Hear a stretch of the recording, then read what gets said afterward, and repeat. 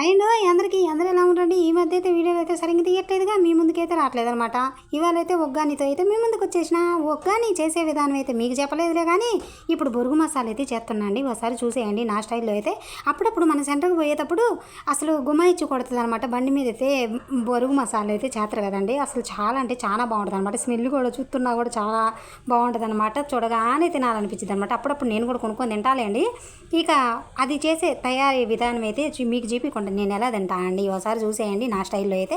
ఇక కొంచెం అయితే బొరుగులు అయితే తీసుకున్నాను అనమాట. కొంచెం ఉల్లిగడ్డలు అయితే కట్ చేసుకోవాలి. కొంచెం టమాటా అయితే సగం చాలండి టమాటా కట్ చేసుకొని సన్నగా ఎంత సన్నగా అయితే అంత సన్నగా అయితే కట్ చేసుకొని పెట్టుకొని కొంచెం కారం వేసుకొని కొంచెం ఉప్పు వేసుకొని కొంచెం పసుపు వేసుకొని ఇక మొత్తం బాగా చూడండి ఎలా కనబడుతుందో. ఇక్కడ ఉప్పు వేయటం నేను మర్చిపోయా, మీరు చూడలేదు కదా, అందుకోసం మళ్ళీ చెప్తున్నాను అనమాట. అసలు ఆల్రెడీ వాయిస్ ఇచ్చేసిన మళ్ళీ ఉప్పు వేయలేదు కానీ అయితే చెప్తున్నాను అనమాట. కొంచెం అయితే ఇంట్లో మసాలా ఉంటుందిగా అదైతే వేయండి.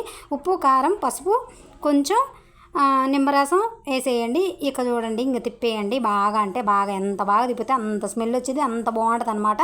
అసలు ఇంకా స్మెల్కే ఆకలి అవుతూ ఉంటుంది అనమాట. అసలు చూస్తుంటేనే నోరు ఊరిపోతుంది కదండి. మొహమాటం లేకుండా మీరు కూడా తినేసేయండి. ఈ విధంగా అయితే ట్రై చేసి చూడండి. సూపర్ అంటే సూపర్ ఉంటుంది. సరే సరే చిన్న లైక్ నెక్స్ట్ వీడియో ఓకేనా, బాయ్ మరి.